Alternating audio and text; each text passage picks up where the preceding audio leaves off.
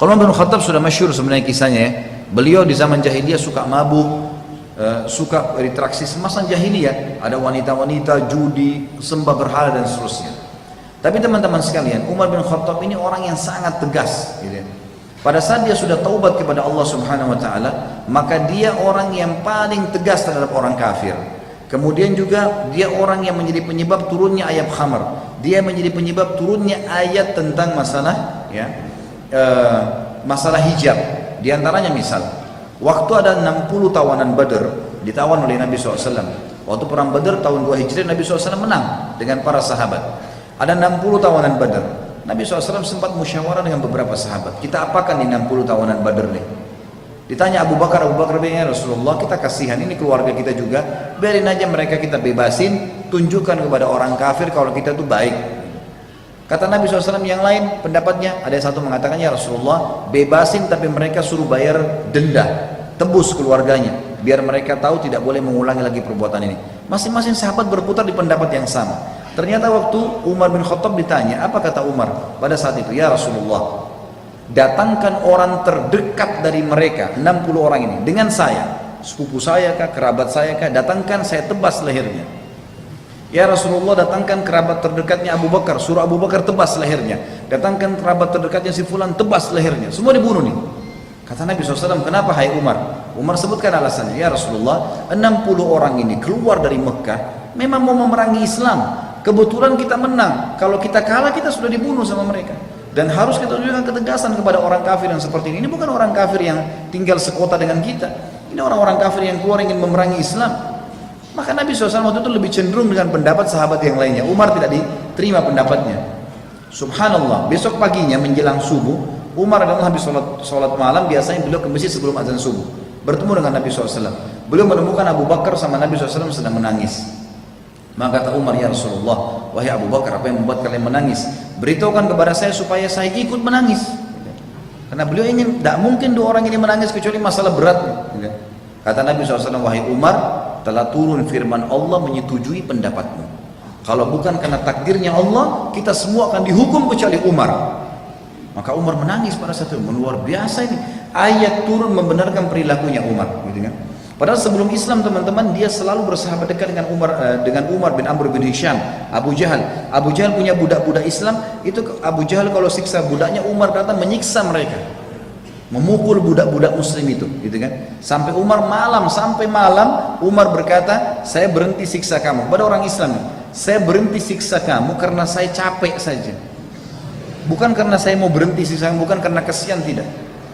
Umar bin Khattab pernah berjaga-jaga malam di Mekah. Jadi Mekah itu teman-teman, kalau meja seperti meja ini kota Mekah, pintu masuknya dan pintu keluar cuma satu. Misalnya di posisi saya ini, di daerah selatan kota Mekah, kiri kanannya gunung, di belakangnya tembok yang tinggi, nggak bisa orang keluar masuk Mekah kecuali dari pintu ini. Dan kaum muslimat itu didesak, dikepung, tidak boleh berdakwah. Kalau ada yang berdakwah digebukin sampai dibunuh. Boleh dibunuh orang Islam yang mendakwah pada saat itu. Kalau ada orang dari luar Mekah tanya tentang mereka, digebukin orang yang tanya itu. Mereka juga nggak boleh keluar dari Mekah, gitu kan? Jadi luar biasa diisolasi, nggak bisa buat apa-apa.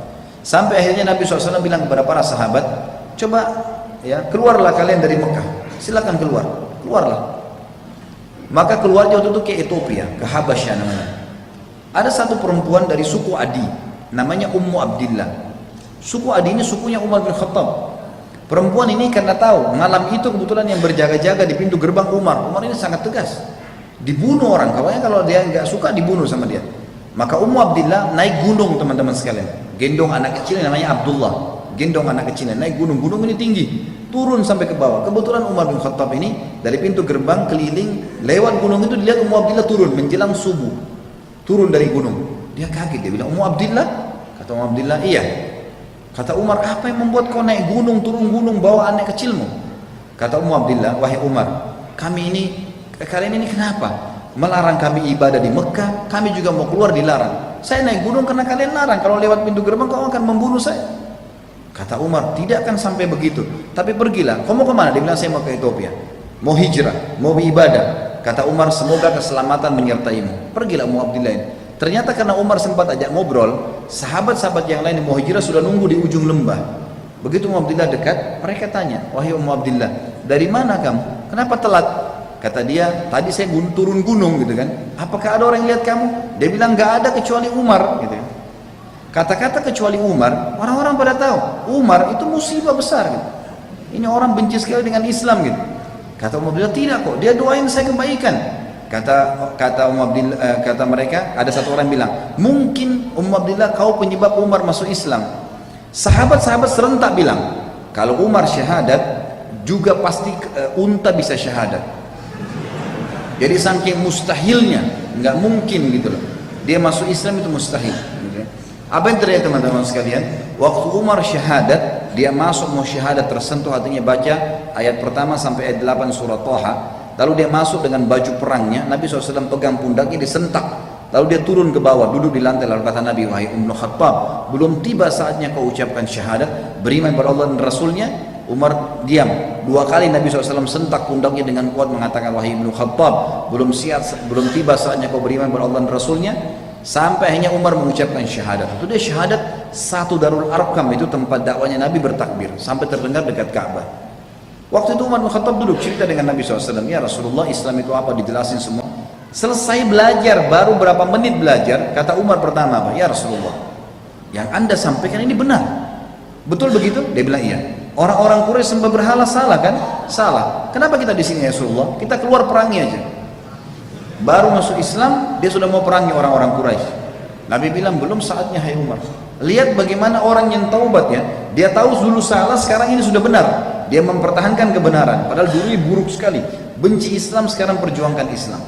Kata Umar, dia penasaran. Dia bilang sama orang-orang di situ, siapa di antara orang-orang Quraisy yang paling benci kalian, umat Islam, selain saya? Umar tahu dulu dia sangat benci dengan Islam. Kata para sahabat, temanmu Umar bin Amr bin Hisham, Abu Jahal gitu kan. Umar pergi ke rumahnya, ketuk rumahnya. Wahai Abu Hakam, dipanggil Abu Hakam, diketuk rumahnya. Lalu dibuka. Pas Abu Jahal buka, lihat Umar mau dipeluk, teman dekatnya. Kata Umar, sebentar dulu, kau udah tahu belum informasi? Gitu. Kata Abu Jahal, apa informasinya? Langsung Umar bilang, asyhadu an la ilaha illallah wa anna Muhammad Rasulullah. Syahadat depan temannya. Dan Abu Jahal tahu betul ini orang benci sekali dengan Islam. Abu Jahal tidak bisa berapa, kaget, dibanting pintu, dia cuma mengatakan tabbanlah, kecelakaan buat kamu. Umar balik lagi ke Darul Arqam, tanya lagi sahabat, siapa orang yang tidak bisa simpan rahasia dari Quraisy? Jadi ini kalau kita sekarang media gitu kan, ini ahli gosip. Maka kata mereka, ya, Jamil bin Muammir. Kata Umar, di mana dia? Dekat Ka'bah. Abdullah bin Umar meriwayatkan kisah anaknya Umar bin Khattab radhiyallahu anhu ajma'in datang mengatakan, saya ikuti ayah saya, dia duduk di sebelahnya Jamil. Lalu Umar berkata, wahai Jamil, kau udah tahu belum informasi baru? Kata Jamil, apa itu? Dia bilang, asyhadu an la ilaha illallah wa anna Muhammad Rasulullah. Begitu Umar mengucapkan, kata Abdullah bin Umar, anaknya Umar meriwayatkan, Jamil demi Allah tidak lihat wajah ayah saya, berdiri lalu naik di atas sebuah batu teriak, Umar telah murtad. Satu Mekah datangi Umar, anak-anak muda di situ. Wahai Umar, apa benar kau murtad? Kata Umar, tidak, tapi asyhadu an la ilaha illallah wa anna Muhammad Rasulullah. Syahadat, ya kan? Maka mereka mengeroyoki Umar dari pagi sampai maghrib. Pagi sampai malam dikeroyokin Umar, sampai Umar sudah capek, ditangkap satu orang tokohnya, didudukan di tanah, diduduk di dadanya, ditusuk matanya. Kata Umar, kalau kau tidak suruh mereka berhenti mengeroyoki saya akan butain matamu. Maka akhirnya orang ini mengatakan, hai lepasi Umar, karena Umar gila, dia akan butain mata saya. Dibebasin. Besok Umar datang habis mandi keliling Ka'bah, teriak lagi, asyhadu an la ilaha illallah wa anna Muhammad Rasulullah, diiklankan Islam. Orang keroyokin dari pagi sampai terbenam matahari, berantem terus. Terus capek, tangkap tokohnya satu orang Quraisy, jatuhin di tanah, dudukin dadanya, ditusuk dada matanya. Kau tidak melepaskan mereka, tidak suruh mereka bubar, saya butain matamu. Suruh bubar. Hari ketiga begitu lagi. Hari keempat Umar syahadat, gak ada yang berani lagi. Sudah gak ada lagi yang melawan Umar. Jadi luar biasa. Waktu mau hijrah dia teriak, pakai baju pedang, baju perangnya, bawa pedangnya, lalu dia tawaf. Orang-orang sudah tahu ini Umar berarti mau keluar nih, mau kemana? Semua kata Abdullah bin Mas'ud, kami semua hijrah ke Madinah dalam kondisi sembunyi-sembunyi kecuali Umar. Setelah tawaf dia mengatakan, wahai Quraisy, siapa yang mau istrinya jadi janda, ya, dan siapa yang mau anaknya jadi yatim, maksudnya dia mati, temui saya di belakang bukit ini karena saya mau hijrah ke Madinah. Dan tidak ada yang menemui Umar radhiyallahu anhu. Jadi sebelum Islam kita lihat buruk sekali, kan gitu, buruk. Jadi teman-teman, kalau ada orang yang pernah membunuh, pernah mencuri, pernah berbuat kejahatan apapun, seburuk apapun, mana ada yang lebih buruk daripada perbuatan ini seperti ini. Tapi subhanallah setelah hijrah berbeda. Jadi bukan aib kita mengatakan iya ini aku sekarang. Perubahan total. Umar dulu suka mabuk, lalu tiap hari dia berdoa, ya Allah turunkan ayat mengharamkan minuman ini. Sampai turun ayat pengharaman khamr. Juga hijab. Kata Nabi SAW, kata Umar kepada Nabi SAW, ya Rasulullah, di rumah anda sering bolak-balik laki-laki datang bertanya, gitu kan, bertamu, bertanya. Kalau seandainya anda turunkan hijab antara istri anda dengan tamu-tamu itu, maka turun ayat hijab membahas masalah itu. Ayat tentang jilbab, dan ada 13 kurang lebih ayat-ayat Al-Quran semuanya turun karena Umar radhiyallahu anhu.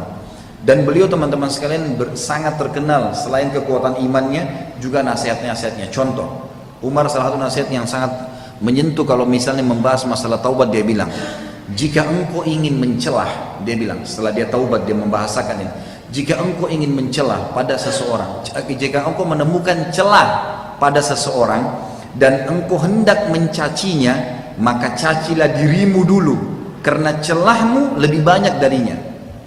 Jika engkau ingin memusuhi seseorang, maka musuhilah perutmu dulu, karena tidak ada musuh yang lebih berbahaya bagimu selain perutmu. Jika engkau ingin memuji seseorang, maka pujilah Allah, karena tidak ada seseorang yang lebih dalam memberi ya kepadamu dan lebih lembut dan santun padamu selain Allah. Jika engkau ingin meninggalkan sesuatu, maka tinggalkanlah kesenangan dunia, karena bila engkau meninggalkannya maka engkau akan terpuji. Bila engkau mau bersiap-siap untuk sesuatu, maka bersiap-siaplah untuk mati, karena jika engkau tidak bersiap untuk mati, engkau akan menderita, rugi dan juga penuh dengan penyesalan. Bila engkau ingin menuntut sesuatu, maka tuntutlah akhirat, karena engkau tidak akan memperolehnya kecuali engkau mengejarnya. Ini kurang lebih masuk Islamnya Umar dan bagaimana kiprahnya.